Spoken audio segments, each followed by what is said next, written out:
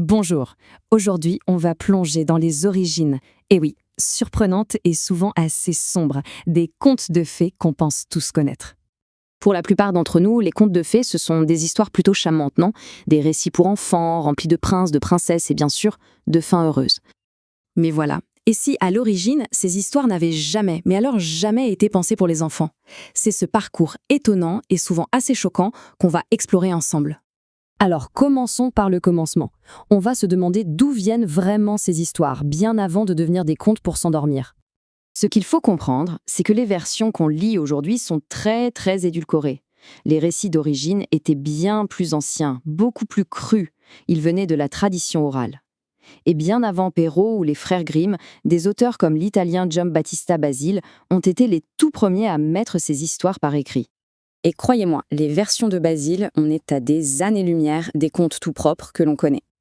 Bon, maintenant, accrochez-vous, on va plonger dans le vif du sujet et voir à quel point les originaux pouvaient être différents et, disons-le, franchement dérangeants. Prenons la Belle au bois dormant. Dans l'histoire de Basile, Soleil, Lune et Thalia, ça se passe de façon beaucoup plus sombre. Ici, un roi, déjà marié, trouve Thalia endormie. Le texte est sans équivoque, il la viole, puis s'en va. Pendant son sommeil, elle donne naissance à des jumeaux. Et elle ne se réveille que bien plus tard, quand l'un des bébés, en tétant son doigt, aspire l'écharde enchantée. Et l'horreur ne s'arrête pas là. La femme du roi, folle de jalousie, ordonne qu'on tue les jumeaux, qu'on les cuisine et qu'on les serve à son mari. Donc pour résumer, on est sur une histoire qui mêle agression, infidélité et même une tentative de cannibalisme. L'histoire de Cendrillon n'est pas plus tendre, hein. Elle était elle aussi remplie d'une violence qui était complètement gommée plus tard.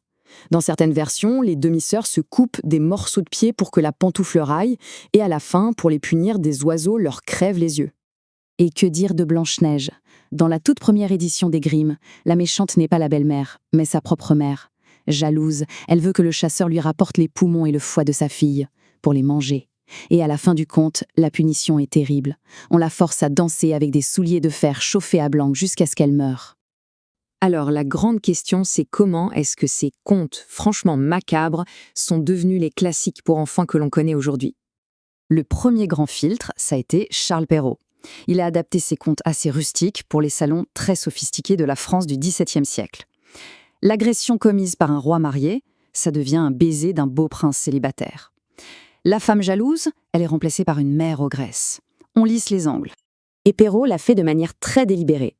Son but était clair, ces histoires devaient contenir une morale utile.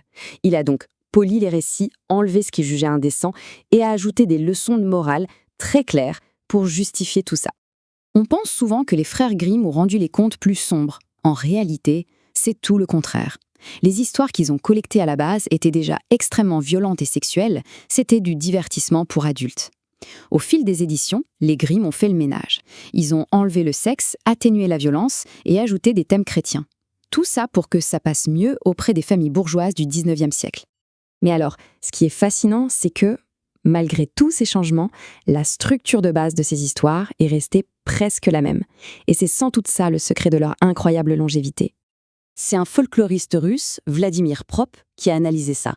Il a découvert une sorte d'ADN commun à tous ces contes, ce qu'il a appelé des fonctions. En gros, ce sont des actions clés qui reviennent toujours dans le même ordre. Les personnages changent, mais le schéma narratif, lui, reste constant. Ce parcours, on le reconnaît tout de suite. Tout commence par un problème, un méfait. Du coup, le héros doit partir à l'aventure. Sur sa route, il va recevoir une aide magique. Vient ensuite le combat contre le méchant, et bien sûr, la victoire. Et pour finir, le héros revient et est récompensé, souvent par un mariage. Et c'est cette structure ultra résistante qui donne aux contes de fées leur incroyable plasticité. Ça veut dire qu'on peut les adapter, les transformer, les réinventer à l'infini, à travers les siècles et les cultures, sans qu'ils perdent leur essence. Et c'est ça finalement le point le plus important. Les contes de fées agissent comme un miroir culturel. Ils ne sont pas des objets figés, mais des histoires vivantes qui évoluent et changent avec la société qui les raconte. Des réalités brutales du XVIIe siècle à l'instruction morale du XIXe, chaque version est un reflet de son temps.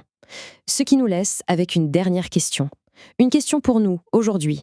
Que révèlent de notre propre époque les histoires que nous choisissons de raconter ?